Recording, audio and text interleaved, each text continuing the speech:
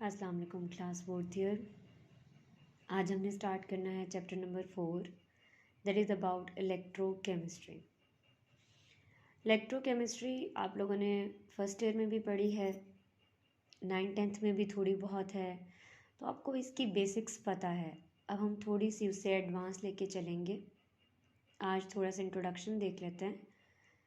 Electrochemistry है क्या चीज़? Electrochemistry chemistry की एक ऐसी ब्रांच है जिसमें आप इलेक्ट्रिकल एनर्जी की कन्वर्जन देखते हैं केमिकल एनर्जी में, या फिर केमिकल एनर्जी की कन्वर्जन होती है इलेक्ट्रिकल एनर्जी में।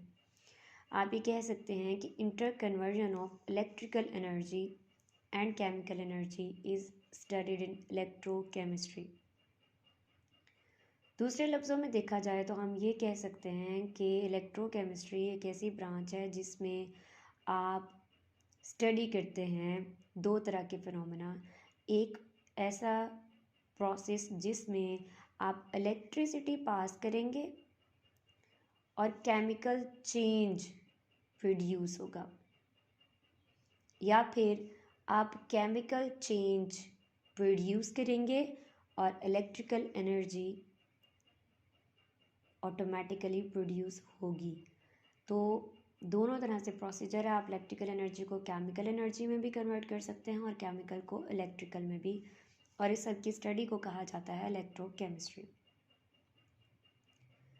इसके डिफरेंट रूल्स रेगुलेशंस हैं, कुछ लॉज हैं जो कि हमने स्टडी करने हैं, कुछ टर्म्स हैं जिनको हमने देखना है। सबसे पहला जो लॉ है इलेक्ट्रोकेमिस्ट्री का, that is about Ohm's law. Ohm's law क्या कहता है?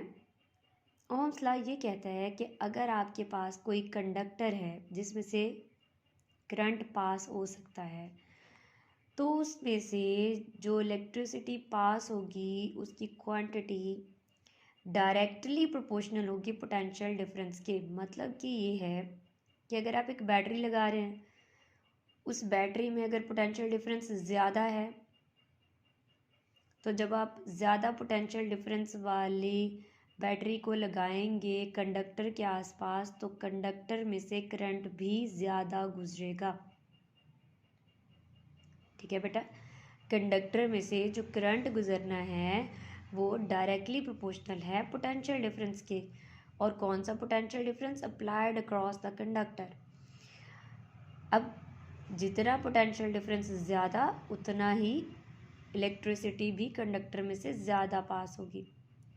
लेकिन ये जो इलेक्ट्रिसिटी है that is inversely proportional to resistance. अगर उस कंडक्टर में रेजिस्टेंस ज़्यादा है तो कम इलेक्ट्रिसिटी पास होगी। तो ये दो पॉइंट्स हमने रिप्रेजेंट किए और उन दो पॉइंट्स को उसने एक लॉ बना दिया और बन गया I is equals to E/R। I क्या है कि अगर आपने एक कंडक्टर लिया है, कोई ऐसी चीज़ ली है जिसमें से करंट पास हो सकता है, तो उसमें से कितना करंट पास होगा that is directly proportional to potential difference applied across its ends. E is potential difference और जो R है दैट इज़ रेजिस्टेंस। अगर रेजिस्टेंस ज़्यादा हो जाएगी तो करंट कम पास होगा। अब इसमें जो मेन पॉइंट है दैट इज़ कंडक्टर। तो देख लेते हैं कि व्हाट इज़ कंडक्टर। कंडक्टर क्या चीज़ है? कंडक्टर एक ऐसी चीज़ है जिसमें से इलेक्ट्रिक करंट पास होगा। The substance which allows the electric current to pass through them are called conductors. दो तरह के आपके पास कंडक्टर्स हैं, metallic conductors and electrolytic conductors. Metallic conductors क्या हैं? मेटल्स इलेक्ट्रिसिटी पास करती हैं। हम बचपन से पढ़ते आते हैं। क्यों पास करती हैं? मेटल्स की ये प्रॉपर्टी होती है कि ये इलेक्ट्रॉन्स लूज़ कर देती हैं बिल्कुल बड़ी आसानी से। तो जो इलेक्ट्रॉन ये लूज़ करती हैं, अब सपोज़ आपके पास एक मेटल पड़ी हुई है, कॉपर की रॉड पड़ी हुई है जी, या एलुमिनियम की रॉड पड़ी है, एलुमिनियम की शीट पड़ी है। उस शीट की दोनों साइडों पे अगर आप बैटरी की तारें लगा देंगे तो इसमें से करंट पास होगा, उस फॉइल में से या उस वायर में से। रीज़न क्या है? रीज़न ये है कि मेटल्स जो हैं वो फ्री इलेक्ट्रॉन लूज़ करती हैं। जब आपने यहाँ पर दो बैटरी के एंड लगा दिए तो एंड पोटेंशियल डिफरेंस देंगे, जिसकी वजह से इसमें मौजूद फ्री इलेक्ट्रॉन मूव करेंगे एक साइड से दूसरी साइड पे। और जब मूवमेंट स्टार्ट हो जाएगी तो हम कहेंगे कि जी करंट पास हो रहा है। ठीक है, तो एक्चुअली में जो करंट पास होना है मेटालिक कंडक्टर में से, that is stream of electrons. वो हैं क्या? इलेक्ट्रॉन्स की पूरी एक कतार है जिसे आप इलेक्ट्रिसिटी का नाम देंगे। तो मेटालिक कंडक्टर्स में कंडक्टिविटी होती है due to presence of free electrons. Second जो टाइप ऑफ करंट है दैट इज़ इलेक्ट्रोलिटिक कंडक्टर। और इलेक्ट्रोलिटिक कंडक्टर के अंदर क्या होता है कि करंट पास होगा due to movement of ions. Metallic conductor, current passes due to movement of free electrons. और electrolytic conductor, flow of current in conductor due to movement of ions towards oppositely charged electrodes. Actually में होता क्या है, आप एक electrolytic solution ले लेते हैं, उसमें प्लेट्स लगा देते हैं इलेक्ट्रोड्स, और फिर इसके साथ बैटरी कनेक्ट कर देते हैं। जब आपने बैटरी कनेक्ट की तो ये यहाँ पे इसके दरम्यान में मौजूद जो आइंस हैं, अगर कैटाइन है तो वो नेगेटिव प्लेट की तरफ मूव करना शुरू कर देगा, जो एनाइन है वो पॉजिटिव प्लेट की तरफ मूव करना शुरू कर देगा, जिसकी वजह से इस सोल्यूशन में से करंट पास होगा।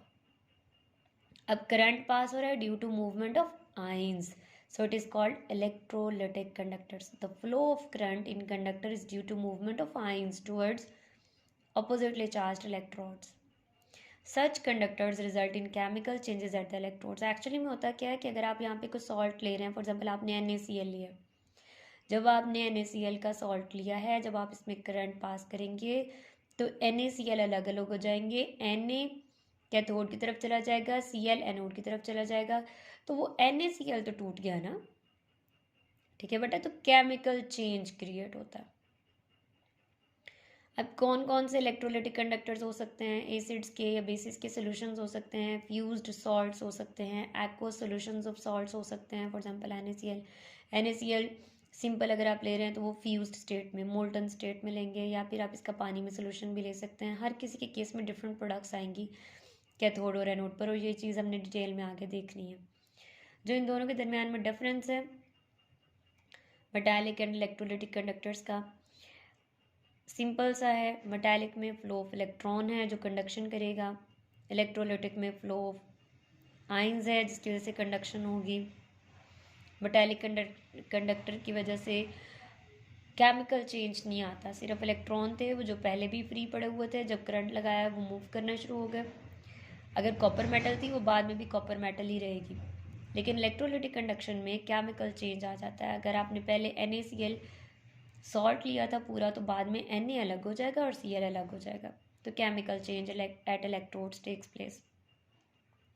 इसके अलावा मेटालिक कंडक्शन में कोई मैटर मूव नहीं करता, कॉपर के जो एटम्स जहाँ पर मौजूद थे वो वहीं पे रहते हैं, सिर्फ इलेक्ट्रॉन जो फ्री थे वो मूव किए हैं, जबकि इस केस में पूरा का पूरा मैटर ही एक जगह से दूसरी जगह मूव करना शुरू कर देता है। मेटालिक कंडक्शन के केस में अगर टेम्परेचर बढ़ता है, अगर आप टेम्परेचर बढ़ाते हैं तो पहले सिर्फ इलेक्ट्रॉन ने मूव करना था, अब क्या होगा कि जो कॉपर के एटम्स फिक्स हैं जब, और यहाँ पर इलेक्ट्रॉन फ्री हैं, जब आप इसका टेम्परेचर हाई करेंगे तो ये कॉपर के एटम्स भी मूव करना शुरू कर देंगे एनर्जी की वजह से। जब ये मूव करेंगे तो इलेक्ट्रॉन फ्रीली अपोजिट साइड पे मूव नहीं कर पाएंगे, तो टेम्परेचर बढ़ाने से मेटालिक कंडक्शन कम हो जाती है, जबकि इलेक्ट्रोलिटिक कंडक्शन बढ़ जाती है। क्यों? क्योंकि जब आप हाई टेम्परेचर देते हैं तो यहाँ पर जो NaCl का टूटना था वो आसान हो जाता है, NaCl जल्दी टूट जाएगा और जल्दी फ्लो कर जाएगा, तो इलेक्ट्रोलिटिक कंडक्शन जो है ये ज़्यादा हो जाती है, क्योंकि टेम्परेचर बढ़ाने से डिग्री ऑफ आयनाइजेशन बढ़ जाती है। डिग्री ऑफ आयनाइजेशन का मतलब कि कितने ज़्यादा आयंस बनेंगे इलेक्ट्रॉन में से, तो जब हाई टेम्परेचर देंगे तो वो इलेक्ट्रोलाइट जल्दी से टूटेगा और आयनाइजेशन ज़्यादा होगी, जिसकी वजह से उसकी इलेक्ट्रोलिटिक कंडक्शन भी ज़्यादा हो जाएगी।